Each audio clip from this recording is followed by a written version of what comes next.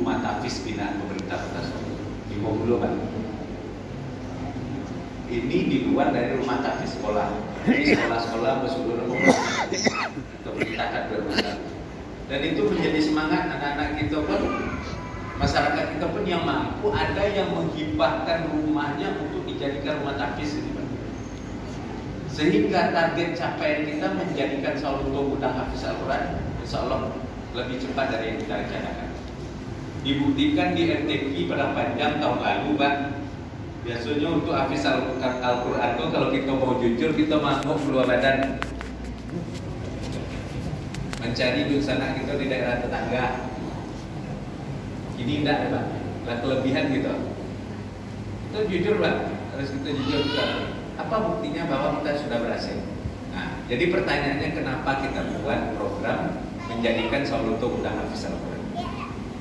Secara data 2045 Indonesia menjadi daerah yang mendapatkan bonus demografi. Jumlah pemuda dan jumlah angkatan kerja yang banyak. Banyak, Pak. Mirip di Jepang tahun 90-an.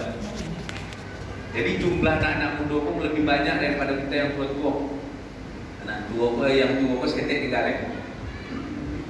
Kalau kita ingin negara ini berhasil, tentu yang angka angkatan kerja ini kita harus didik, kita harus kawal, kita harus bangun karakternya menjadi generasi-generasi yang cerdas, menjadi generasi yang Qurani, yang punya landasan keimanan yang kuat. Caranya Pak, dengan menjadikan anak Solo menjadi hafiz Al-Quran. Kenapa? Karena anak hafiz Al-Quran itu yang pertama lebih Qurani, yang kedua punya landasan keimanan yang kuat karena sehari-hari bergelut dengan agama, yang ketiga menjadi anak pintar. Jadi jangan salah gitu, anak hafiz Al-Quran itu pasti anak pintar. Apakah kita lahir semuanya menjadi orang pintar? Tidak. Ada yang caranya yang bisa diasah. Caranya dengan hafiz Al-Quran, diasah setiap hari sehingga dia pintar. Kalau anak kita pintar, anak kita punya landasan keimanan yang kuat, anak kita lebih Qurani, nah itulah lepas tanggung jawab kita sebagai orang tua untuk melepaskan generasi muda kita untuk berkompetisi nanti di tahun 2045. Itu target kita, Pak. Jadi mungkin adanya yang menyampaikan Pak Wali itu programnya rumah tahfiz ini tidak tahu bahwa itu tujuan kita untuk generasi mendatang, ikut tabungan kita Bapak Ibu sekalian.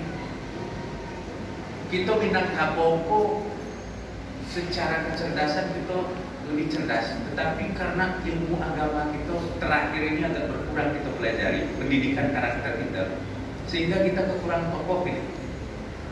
Tokoh-tokoh agama kita sangat sedikit. Tokoh-tokoh nasional kita sangat sedikit. Kenapa? Karena orang-orang dulu itu yang laki-laki kadang di surau. Ini yang anak-anak kita kadangnya dek main game. Beda. Jadi yang dipikirannya hanya main game. Tapi kalau kita jadikan hafiz Al-Quran, insya Allah ini menjadi tabungan kita menyiapkan generasi penerus, generasi-generasi yang bisa berkompetisi. Jadi harapannya nanti di 2045 itu kita tidak menjadi objek lagi. Karena era globalisasi, orang dari Malaysia, dari Singapura gampang datang ke TPL.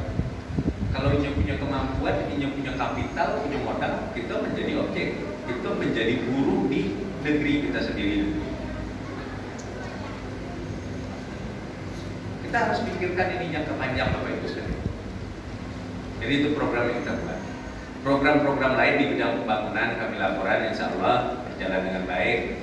Alhamdulillah, bidang kesehatan kita kemarin telah meresmikan PSC 119 Bapak Ibu. PSC 119 itu semacam call center kegawat daruratan.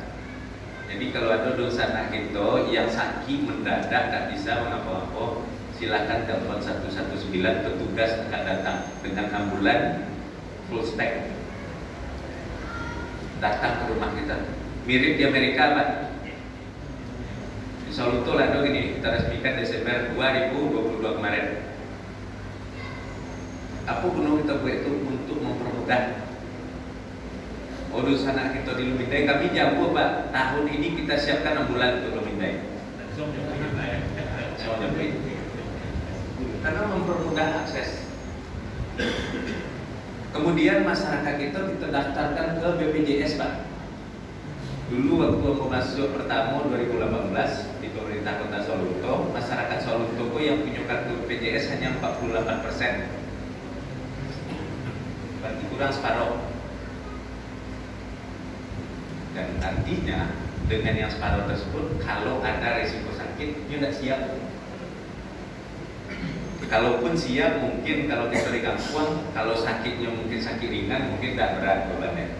Kalau damam-damam, kalau basah di bawah, Pak jodoh kampung aja mungkin bisa kita sehat. Tapi kalau urusannya operasi, itu puluhan juta sekarang. Dan seluruhnya masyarakat itu punya syarat atau punya tabungan untuk itu. Kalau di kampung, kalau ada yang sakit, urusannya operasi, pengen mencelik ke belakang dulu. Berapa ternak yang ada di belakang? Itu yang kau jual. Kalau yang tidak ada ternak, sulit kita utang-utangi Pak. Makanya kita buat program Kartu Sawalunto Sehat. Yang belum punya BPJS, kita masuk BPJS, preminya dibayarkan APBD. Dan sekaranglah 99,4% warga Sawalunto yang punya kartu BPJS. Jadi kalau sakit tinggal ada kartu deh.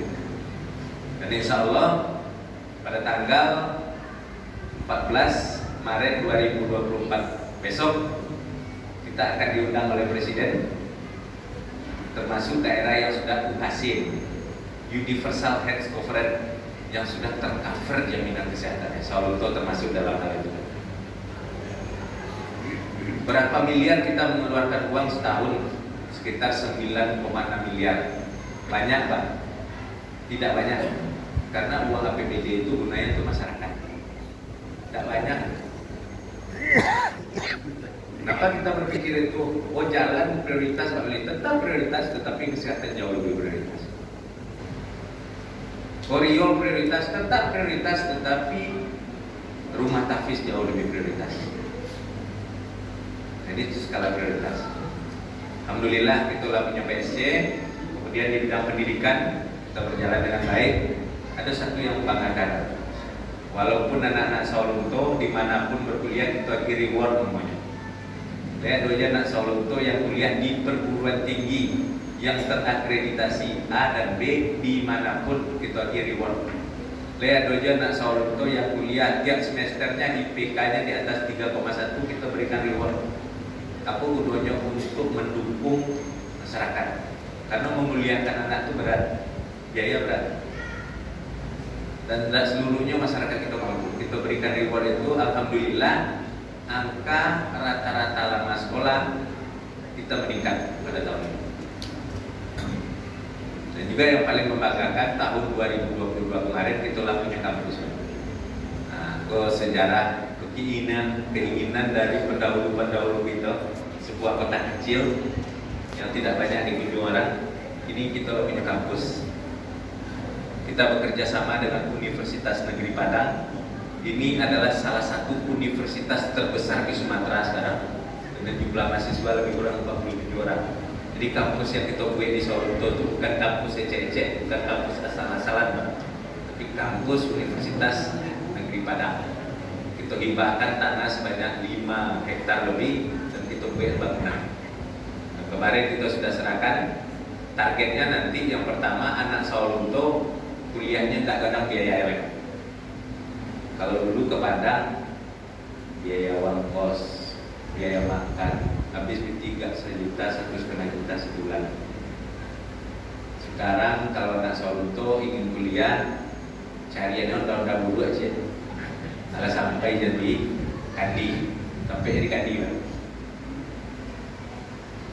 Alhamdulillah kita lah punya kampus. Tinggal semangat dari anak-anak kita sekalian supaya memang sampai ke jenjang pendidikan yang lebih tinggi. Rugi kita mengembangkan tanah sebanyak 5 hektar enggak. Kampus itu sudah dibawa oleh UNP ke Padang. Kampus itu tetap akan berada di Solo. Dan juga yang paling penting, di samping anak Sawalunto akan datang orang dari luar Sawalunto kuliah di Sawalunto. Itu meningkatkan ekonomi masyarakat. uang yang 1,5 juta itu harusnya dibawa ke Padang, dibawa ke Soluto.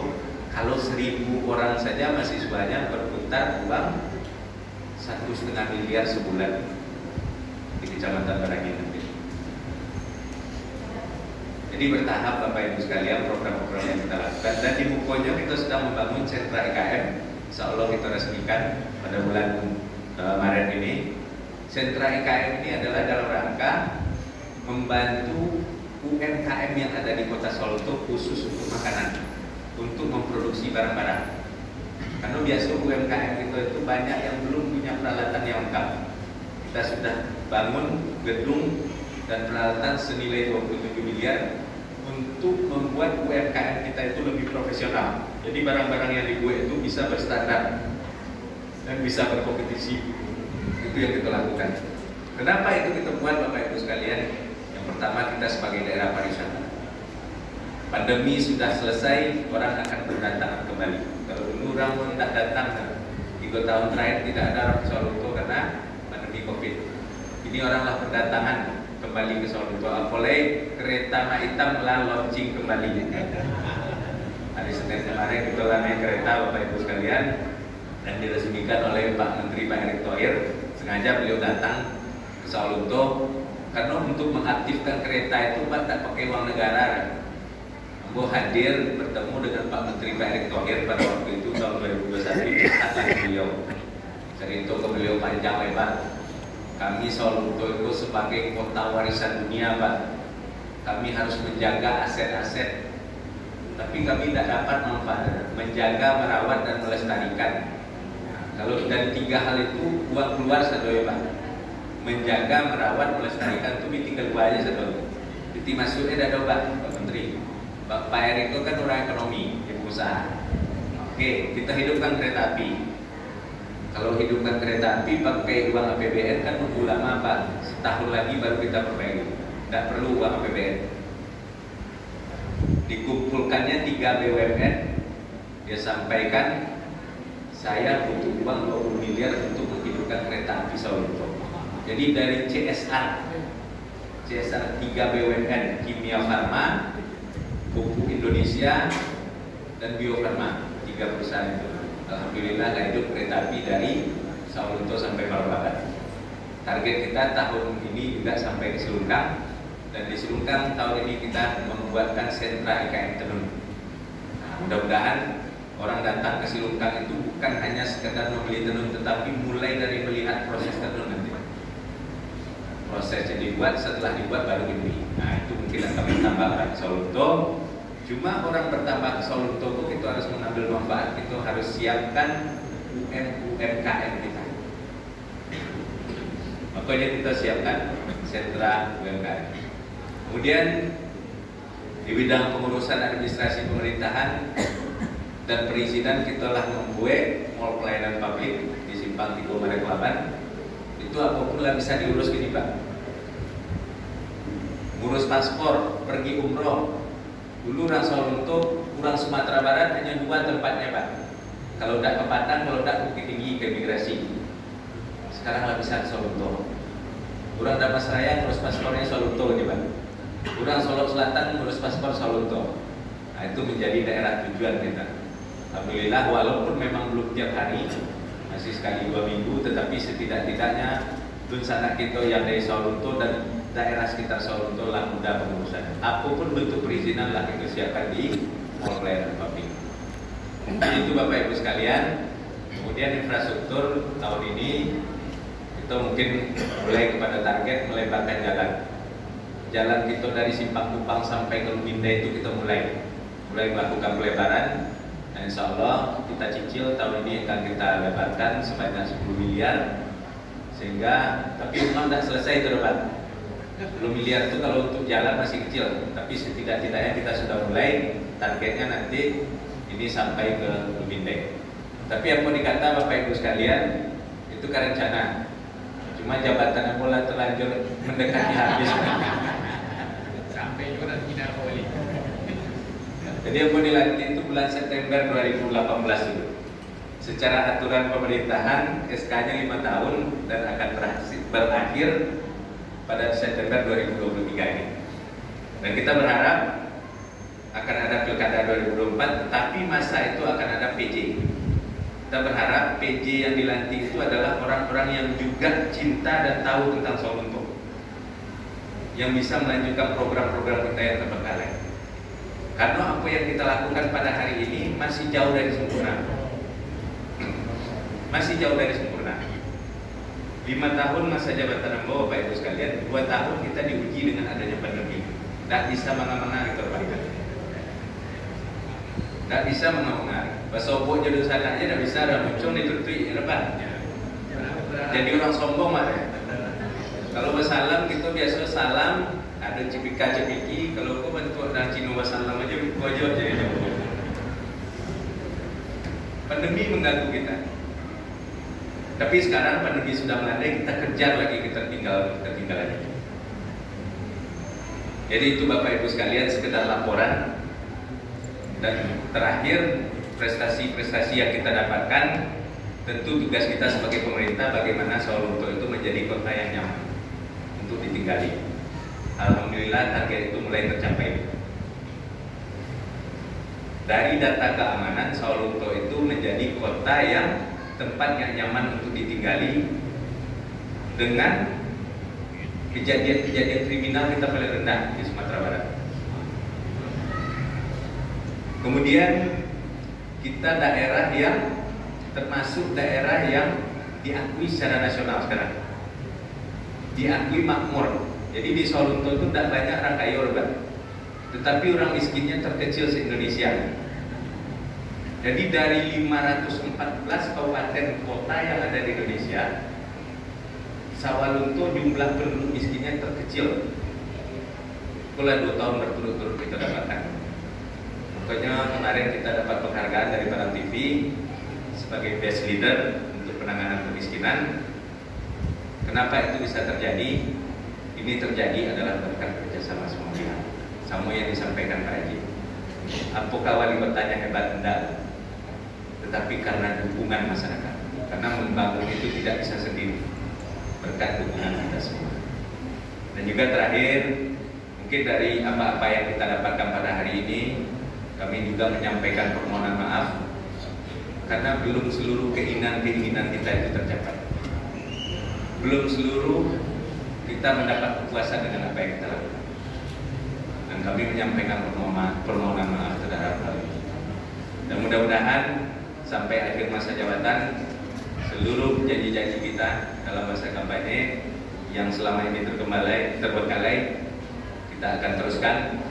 Dan semoga apa yang kita harapkan Solo Lunto lebih sejahtera tentu bisa terjadi. Tapi tidak terlepas tentu dari dukungan dusanah-dusanah yang ada di perantauan. Mungkin itu saja Bapak Ibu sekalian informasi yang kita sampaikan kepada dusanah kita yang di perantauan. Dan tentu harapannya silaturahmi ini bisa terjalin terus. Dan kami menghimbau dan meminta dukungan kepada kita semua yang ada di rantau untuk tetap memperhatikan daerah kita, untuk tetap memperhatikan kampung kita. Nah, bagaimanapun apa yang kita lakukan pada hari ini masih jauh dari sempurna, dan alhamdulillah berhasil kita lakukan secara bersama-sama. Dan selamat kepada Pak Haji dan seluruh pengurus, dan terima kasih dan mohon maaf kepada dusanah-dusanah yang ada di perantauan. Mungkin ada dalam berkomunikasi ada kurang hal, ada hal-hal yang mungkin kurang beretika. Karena kita akan memasuki bulan suci Ramadan, tentu akan ada dialog kita untuk bermaafkan. Jadi maafkan Bapak Ibu sekalian. Terima kasih. Kami akhiri dengan wabillahi taufiq wal hidayah. Assalamualaikum